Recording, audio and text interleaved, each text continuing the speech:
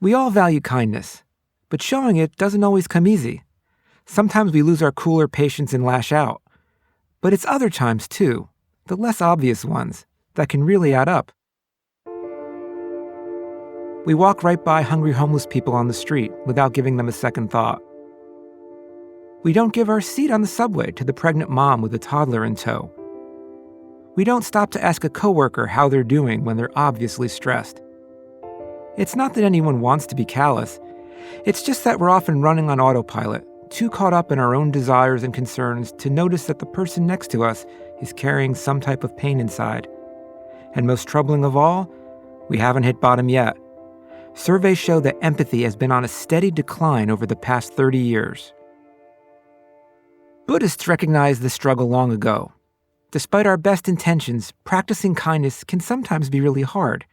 It usually requires a sacrifice, giving someone time, money, companionship, or even a shoulder to cry on. And that means it can feel like work, especially when the person in need isn't a friend or a loved one. It's something we have to remind and will ourselves to do. For kindness to grow, there needed to be a better way, a way to make it automatic. That's why Buddhists created what may be the world's first kindness technology, meditation. On this episode, I'll talk with a Buddhist Lama about how meditation breeds kindness. It's important to have an unbiased mind so you can expand your compassion, loving kindness. A psychologist who will put the lofty claims of meditation to a test. In this particular study, we wanted to provoke our participants in some way and then see what do they do with that, what happens next. And with one of the country's leading meditation teachers about how to be kinder to ourselves and everyone around us, one breath at a time.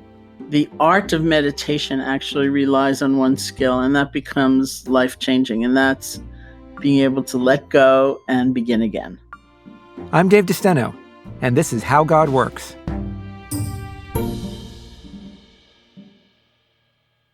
The understanding that meditation will help us release our stress, I wouldn't say it's wrong, but it's incomplete.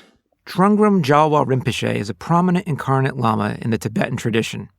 He was recognized as a reincarnated sage when he was a child and began his monastic training in India around the age of 6. But as an adult, he also received a PhD from Harvard. And what he's saying here is really important. The Western notion of meditation tends to be focused on wellness, stress relief, and sometimes even productivity if you're at a corporate retreat. But the original intention of meditation was something entirely different. If you want to get a real good result of meditation, then we have to have compassion.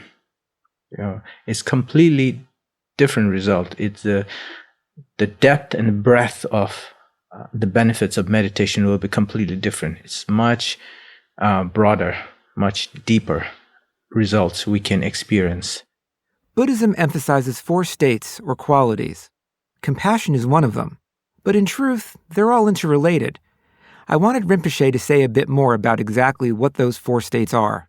In Tibetan Buddhism, we often call 4 immeasurables: immeasurable loving kindness, immeasurable compassion, immeasurable sympathetic joy, and immeasurable equanimity. These are so important to train our mind towards enlightenment. And it's mainly in Mahayana Buddhism, the bodhicitta, or the mind to be enlightened for the benefits of all others, is the core, is the center of the whole practice, is the purpose of the practice, is the goal of the practice. Rinpoche says that this state of enlightenment isn't only focused inward, it's focused outward too.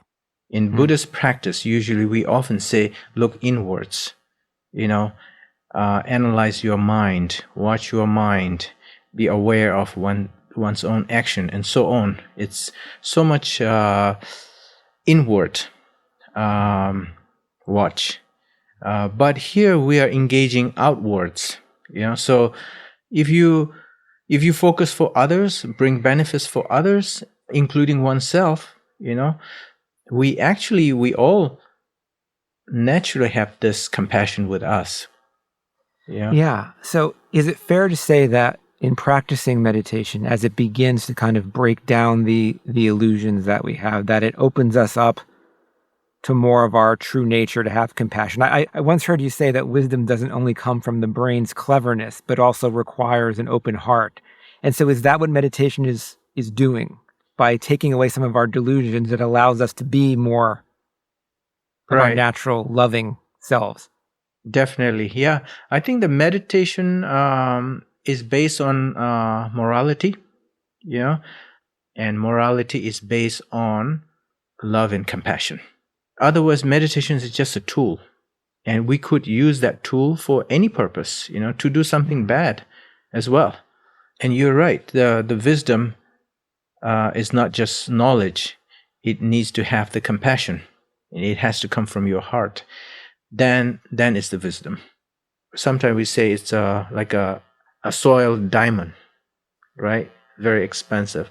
But the diamond is soiled, so you don't necessarily recognize that it is so precious. But in fact, it's so precious. Even while it is soiled, our negative emotions can be, with some effort and interest, we can remove them, just like we can wash the soil out of the diamond. Yeah, and I like what you said there, that there are teachings that help us to realize this, and then meditation is a tool that helps us expand and use and make sense to us. Right. Help us do more with them. Definitely, because teachings help us intellectually first, right? And then meditation will give us the experience. So teaching will give us some one kind of knowledge, intellectual knowledge. Meditation give us experiential knowledge. And as you said, most people, their nature is good inside. All people. Yeah. Yeah. All people's nature is good. Yeah. And meditation helps us release that. Yes.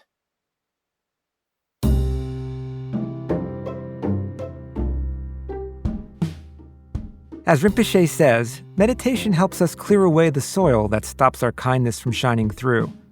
But most people don't start meditating to become kinder. They start using it as a tool to help themselves. I wasn't interested, honestly, in the philosophy or religious identity. I wanted to know how to get happier. That's Sharon Salzberg.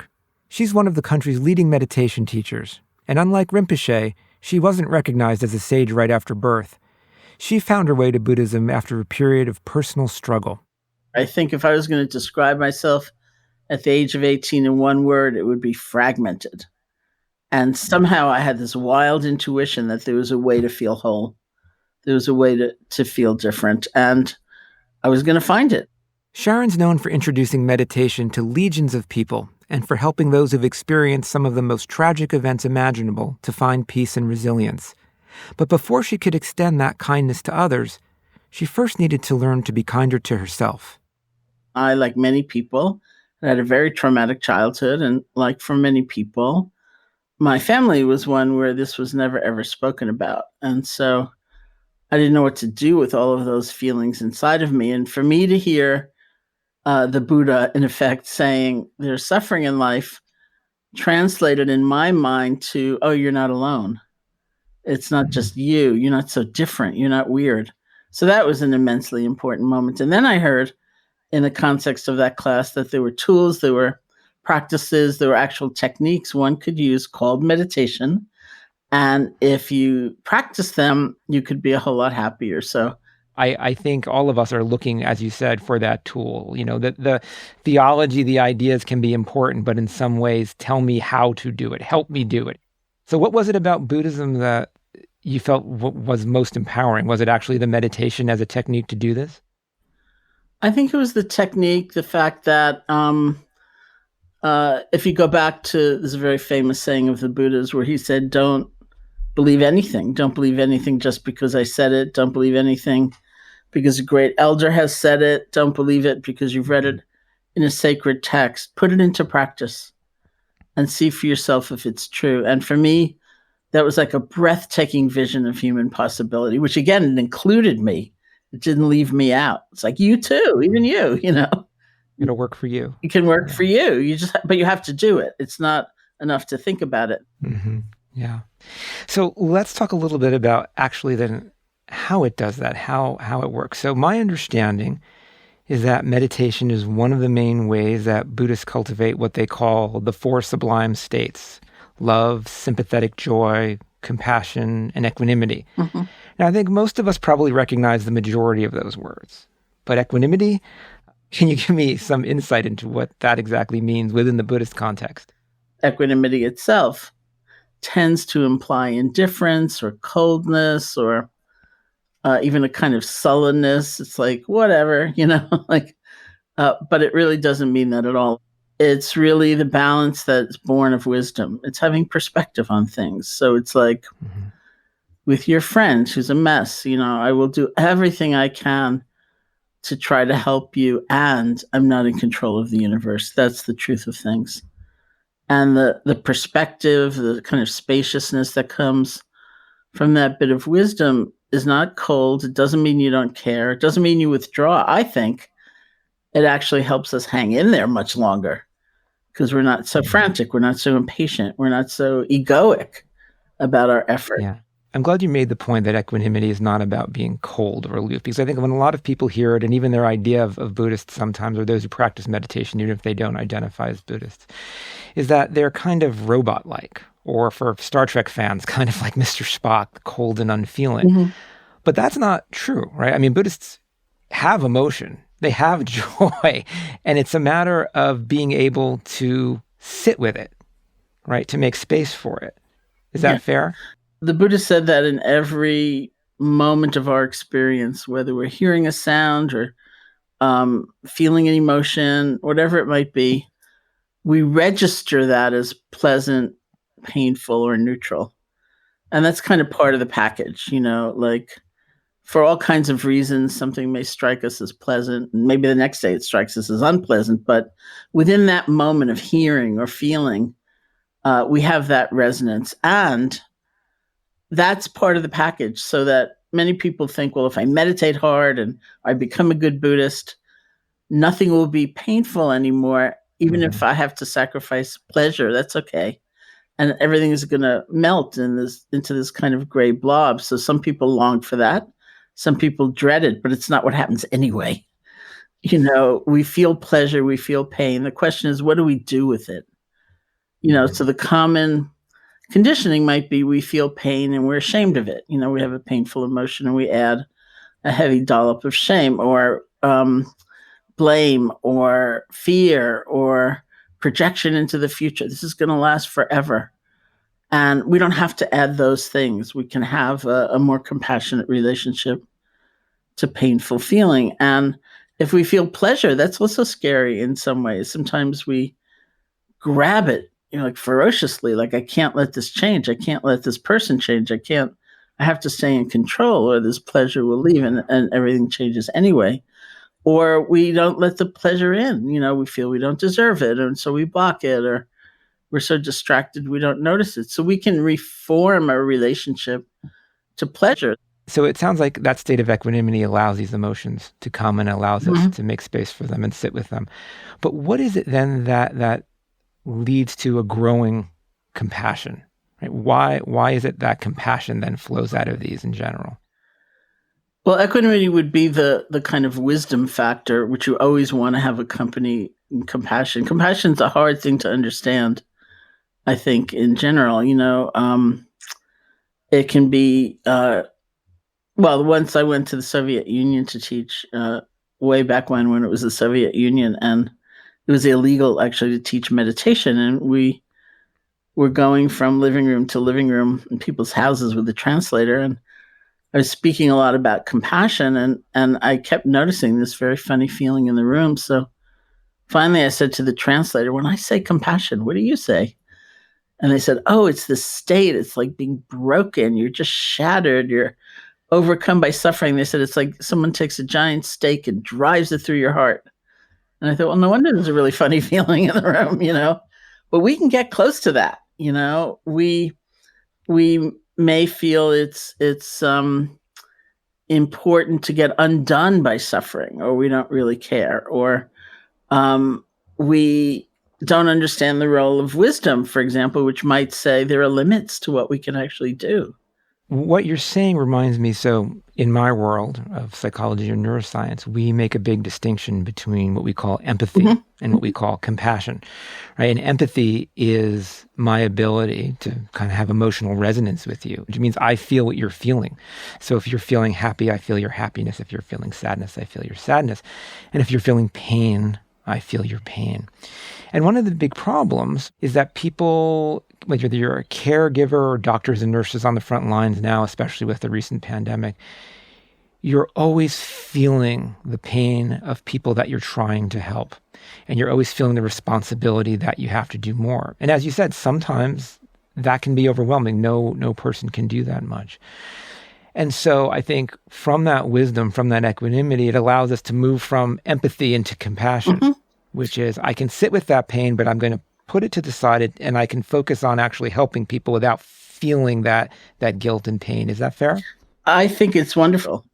I spend so much time and have in recent years working with people we tend to call caregivers who are really, I always think we need a more powerful word, but it's people on the front lines of suffering, basically. It started for me with working with domestic violence shelter workers and then international humanitarian aid workers. And now, back to doctors and nurses and ambulance drivers and people on the front lines. And I kept hearing about empathy training. And I think my people have plenty of empathy, that's not the problem. That's not why they're burning out. I kept thinking, no, it's something else. It really isn't a lack of empathy. And sometimes it's a lack of balance. It's much more compassion for others than for oneself. Or sometimes it is that lack of boundaries. It's completely unrealistic expectations about what one can accomplish by like tomorrow, and also what one is responsible for. Right. I mean, we have this finding that we all know about called compassion fade, or at least many people know about, where as the number of people suffering goes up, right, you would think the more people in pain, the more compassion we have for them, compassion should rise. But often what happens is people start to feel overwhelmed because either that they can't do anything to help them, or that they just feel they have such empathic resonance. They feel that suffering growing that they just turn away from it because they can't sit with it and they can't deal with it. And that's why I think this idea of equanimity is so freeing, because as you said, that feeling will come, but we don't get trapped in it, right? We can move beyond it. Well, the first thing I would say is that my meditating helps me try to help the world, because it's not easy. It's not easy to face suffering directly. It's not easy to do what may seem like a very small thing because it never feels like enough. It's not easy to be generous without an immediate reward, without being thanked. I mean, none of this is easy. And for me, I'm only able to do it when I can connect to something bigger. And that may be a community of people who are facing these, difficulties together. It may be a vision of life that keeps me going. It may be a kind of remembrance that maybe I'm just planting a seed right now. That doesn't mean nothing is happening, but gratification may not be immediate. It's like some bigger perspective helps me. And while Sharon's meditation fostered a deep kindness and compassion for others, how do we know she isn't just a special case? How do you know it will work for you? If meditation really is a technology for kindness, we need some evidence that it works across the board.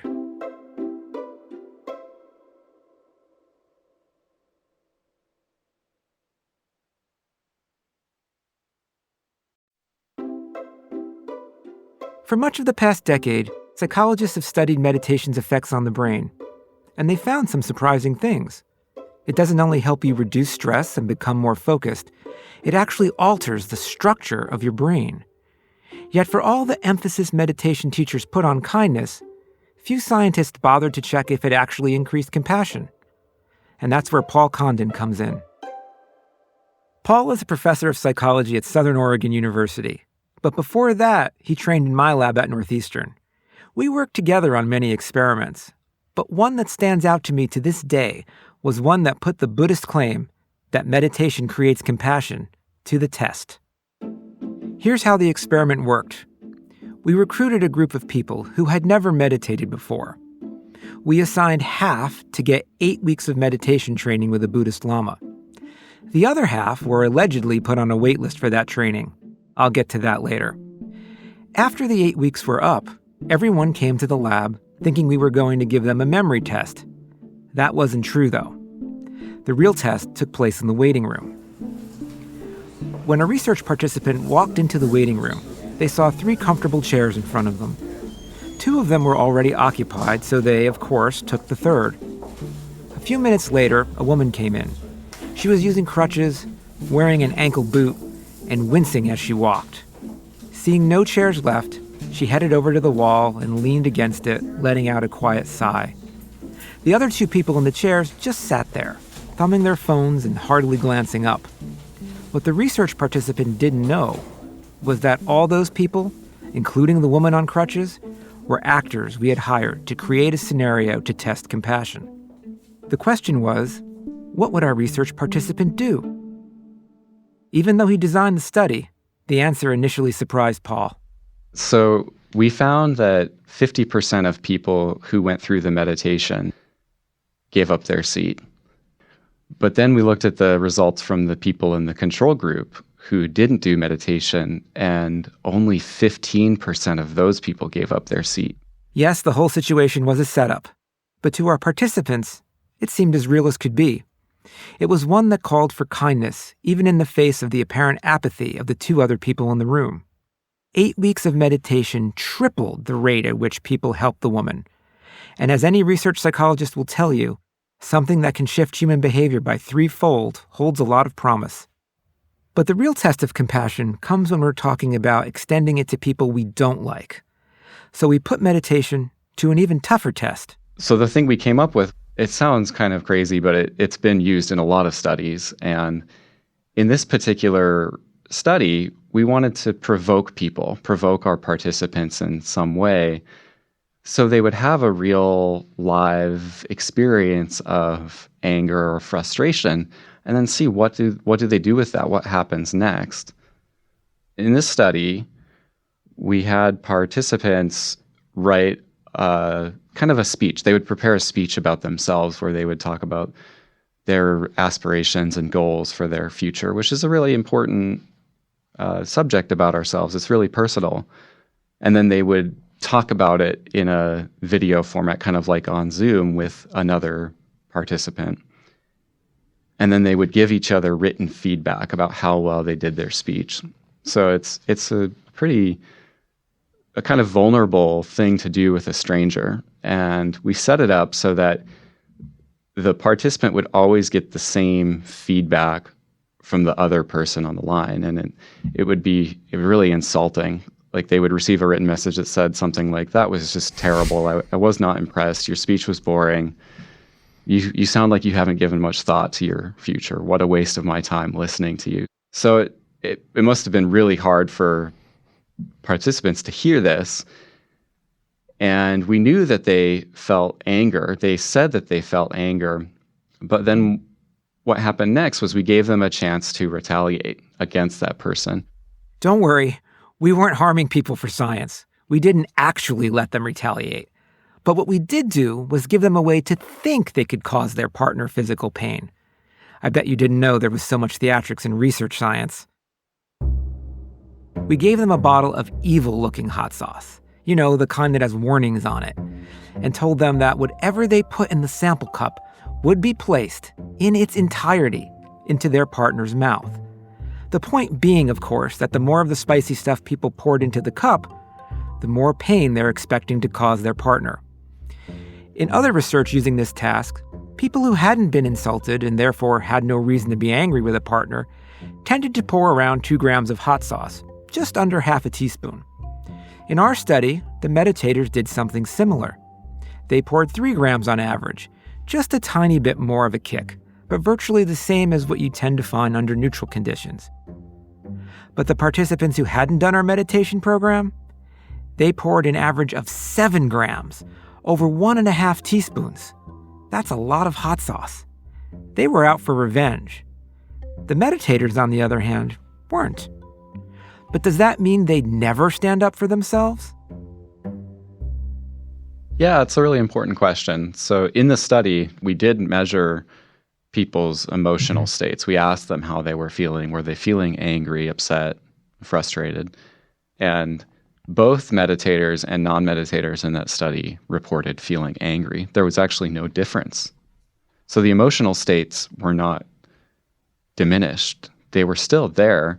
They just didn't act, the meditators didn't act in a way that was intending to harm the participant. Now, if we were to, this might be a sort of a subsequent question, if we were to bring those people into conversation, would the meditators communicate in a way that expressed their upsetness or their anger to the other being, to the other person? Would they sort of engage in a way that communicated those angry feelings and attempted to address the situation, but without causing physical pain? That would be an interesting question to look at, and my prediction would be that it would be the case.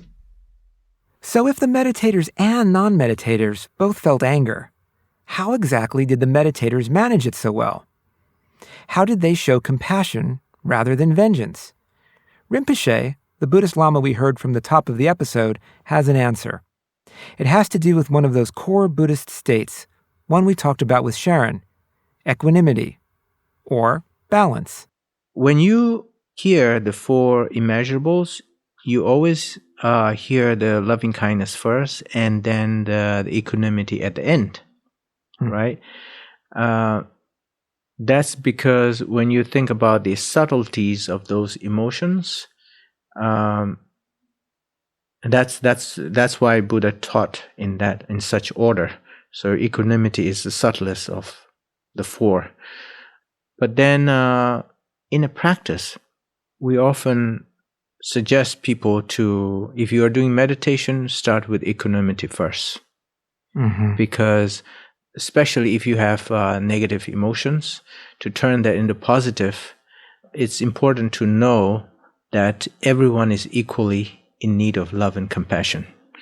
But then to do that, first you need to point out, you need to understand that everyone is equally in need of this. Everyone is equally doesn't want to have sufferings. And then the uncertainty of friends and foe. You know, the friends can become foe, foes can become friends, and the foe, the enemies or difficult people are actually helping us spiritually to grow. For example, without someone who is making you unhappy and angry, how can you develop your patience, right? You need something to practice with, some experience. So it's a very good point in some senses, because if you don't begin with the equanimity, if you aren't able to see the importance and connection of all beings and to sit with those negative experiences, etc., then you're going to be applying the other 3 immeasurables in a very biased way. Yeah, exactly. That's the next point. Yeah. So looking at mind, the core center of one's own emotion. It doesn't matter is it positive or negative emotions.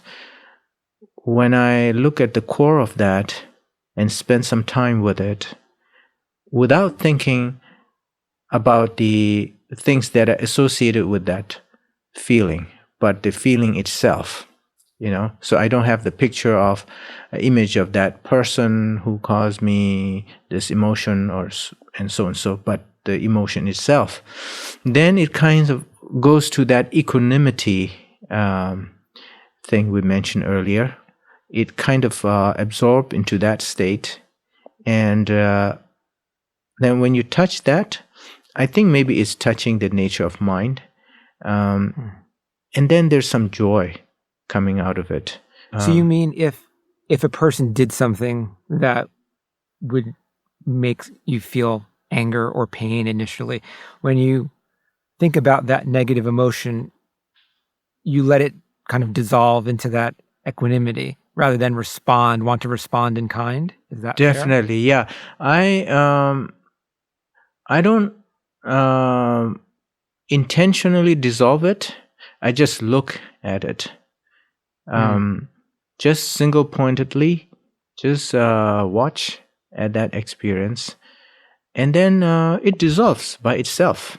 You know, and then it touches to more, let's say, neutral awareness, right? Very quickly get there, and then from there, because of the awareness, there's some joy.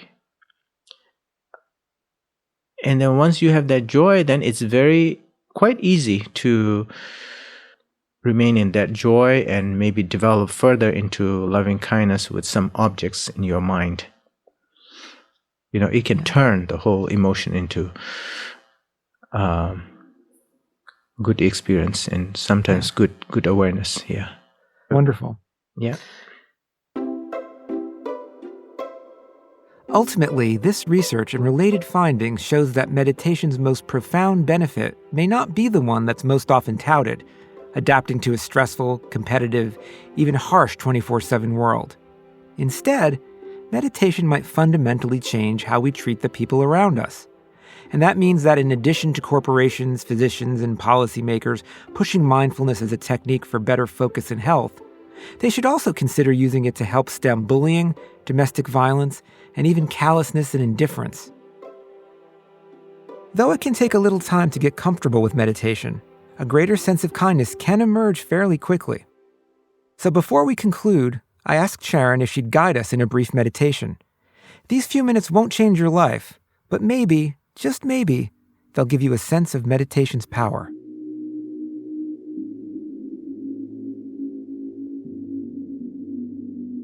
So if you want to sit comfortably, you can close your eyes or not. However you feel most at ease. And just let your energy settle into your body. And for this session, I'll just suggest some phrases. And we are the first recipient. You don't have to try to force a special feeling or make anything happen. Just see if you can gather your attention behind one phrase at a time. When your attention wanders, bring it back. So I suggest, may I be happy. May I be peaceful. Just repeat those over and over again silently.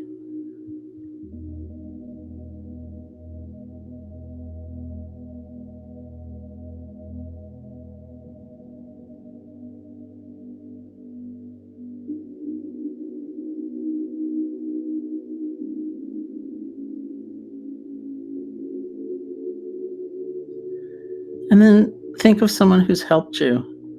Maybe you've never met them. They've inspired you from afar, or they've helped you directly.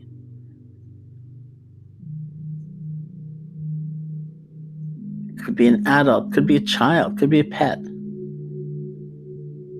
Someone like that comes to mind, you can bring them here. Get an image of them, say their name to yourself, get a feeling for their presence, and offer these phrases of loving kindness to them. May you be happy. May you be peaceful.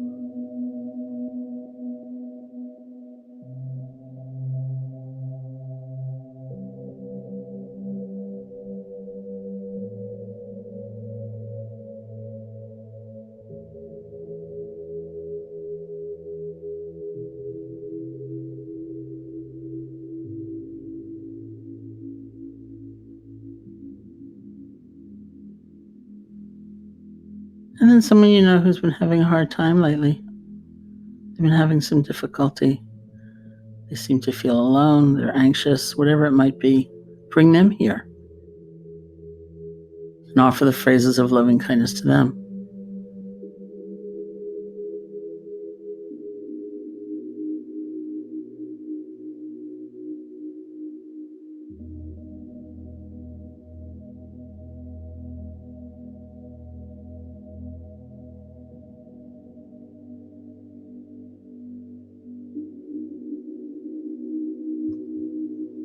And then whoever comes to mind, friends, family, colleagues, will offer loving kindness to the collective, to the group. May you be happy. May you be peaceful.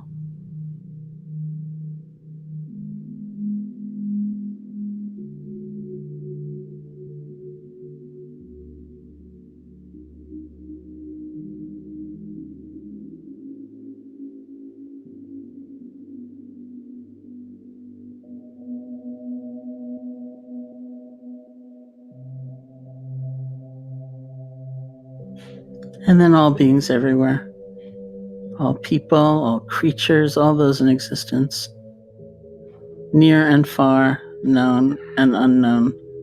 May all beings be safe, be happy, be healthy, live with ease of heart. May all beings be peaceful.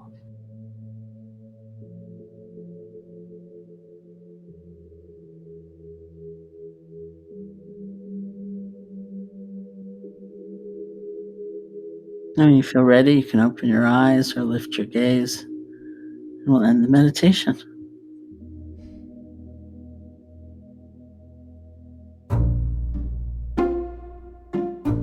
How God Works is hosted and written by me, Dave DeSteno. Our senior producer is Josie Holtzman of Future Projects. Associate producer is Sophie Eisenberg. Our executive producer is Genevieve Sponsler. Music and post-production mix and master by Merritt Jacob. Additional music by Josie Holtzman. The executive producer of PRX Productions is Jocelyn Gonzalez. This podcast was made possible with support from the John Templeton Foundation. If you want to learn more, you can head to my website, www.davedesteno.com.